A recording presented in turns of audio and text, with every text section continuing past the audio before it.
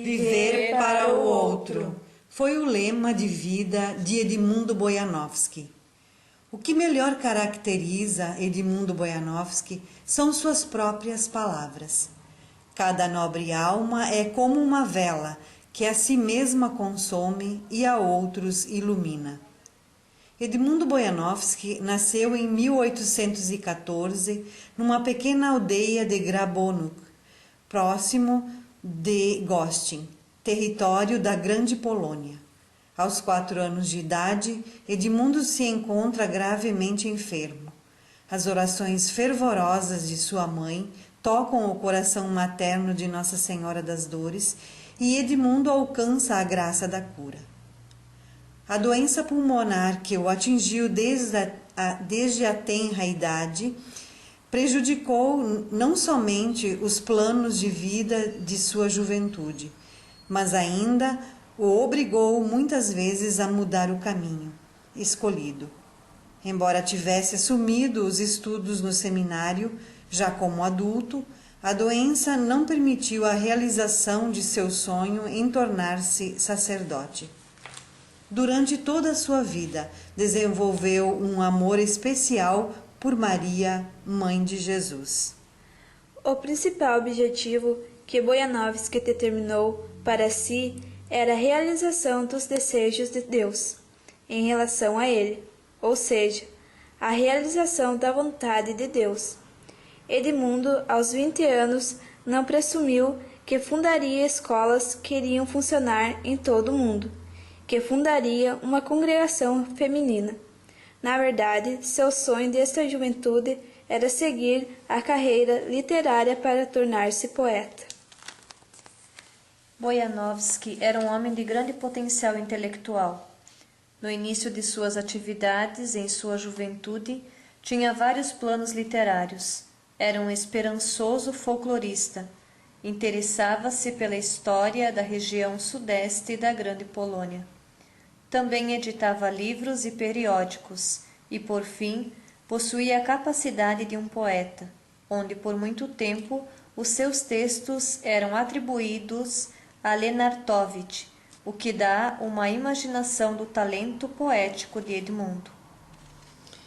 Considerando o seu estado de saúde, interrompeu os estudos e voltou para sua propriedade familiar em Grabonuk.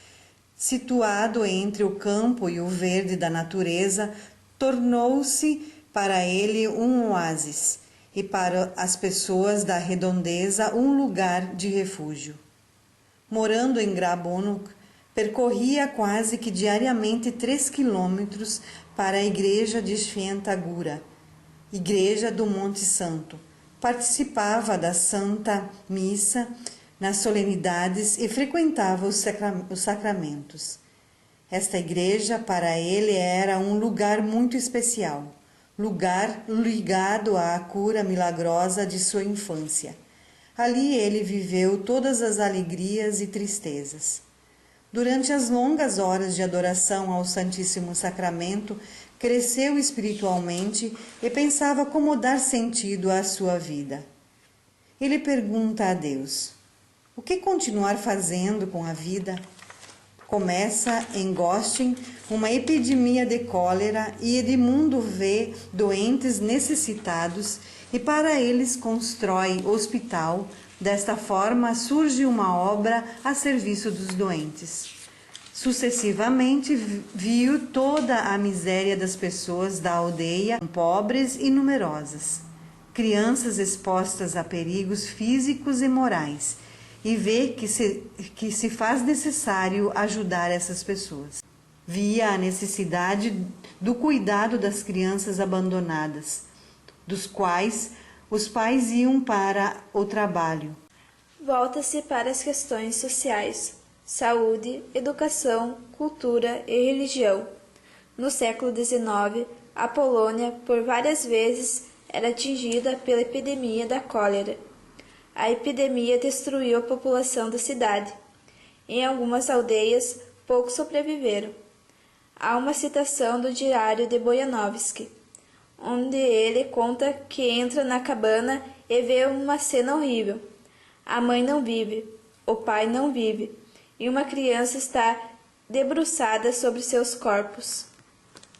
O primeiro amparo surgiu em Poggete, perto de Goshen, numa casa cedida para este fim por Francisca Przewozna. À medida que o tempo passava, os amparos também começaram a exercer a função educativa. O amparo de Poggete deu bom resultado e em seguida foram surgindo outros. Ele percebeu de forma muito clara o problema da educação das crianças da zona rural e observou que o melhor cuidador para essas crianças seria alguém que morasse na própria aldeia. De alguma forma, é uma inovação. Constatou que somente as cuidadoras das aldeias poderiam educar as crianças por conhecerem a tradição, os costumes, as necessidades. As irmãs jovens aprendiam de Edmundo a como trabalhar com as crianças, de que forma realizar as coisas simples do dia a dia, para ensinar aos que estão sob seus cuidados e para saber lidar com a vida. Trabalhavam não somente com as crianças, mas também com toda a comunidade local. Cuidavam das pessoas idosas, visitavam os doentes. Da mesma forma, elas desejavam estimular o aprendizado para as pessoas adultas, ensinar a leitura, já que nesta época muitas pessoas das aldeias eram analfabetas. As irmãs, ao anoitecer, organizavam encontros de formação com as mulheres. Edmundo via na mulher a pessoa mais qualificada para começar a mudar as gerações e dizia que era preciso começar pelas crianças a transformação da humanidade. A ideia dos amparos sempre foi prioridade na congregação, visto que é um traço de nosso carisma. Os amparos utilizam o programa de Edmundo Boyanovsky, fundamentado na educação integral, ou seja, abrange toda a pessoa na esfera psíquica, espiritual e moral. As irmãs servas exercem também o cuidado com os doentes e pessoas necessitadas de cuidados especiais. Edmundo faleceu no dia 7 de agosto e no dia 11 de agosto foi sepultado na cripta da Igreja Santa Bárbara. Em 1930, os seus restos mortais foram transferidos para Luban. Em 1948, iniciou-se o processo de beatificação e no dia 13 de junho de 1999, em Varsóvia, foi beatificado pelo Papa João Paulo II. A Congregação das Irmãs Servas da Imaculada Conceição da Virgem Maria foi a primeira congregação religiosa feminina fundada por um leigo. Em 1966, o cardeal Stefan Wyszynski escreveu de Boyanovsky: é um personagem na história da Igreja quase único, o homem que previu as futuras necessidades da Igreja. O seu pensamento avançou para um distante futuro. Ele adivinhava a direção do desenvolvimento do trabalho religioso e social e surpreendeu com as ideias inovadoras. Hoje, todo o esforço volta-se para as necessidades das pessoas. Desejava reavivar o mundo do trabalho, ocupar-se com aqueles que mais precisavam de educação. Foi um cristão leigo que precedeu o Vaticano II por sua atuação na vida da Igreja. As ideias de Boyanovsky continuam muito atuais. A congregação veio para o Brasil no dia 11 de fevereiro de 1954. Vieram as primeiras 4 irmãs e se estabeleceram em Ilópolis, no Hospital Leonilda Brunet. A principal atividade foi na área da saúde.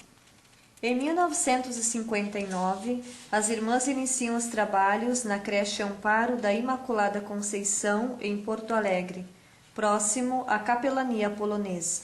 A principal atividade foi a educação.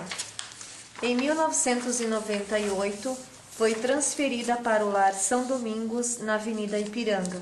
Lá continua com o nome de Amparo da Imaculada Conceição.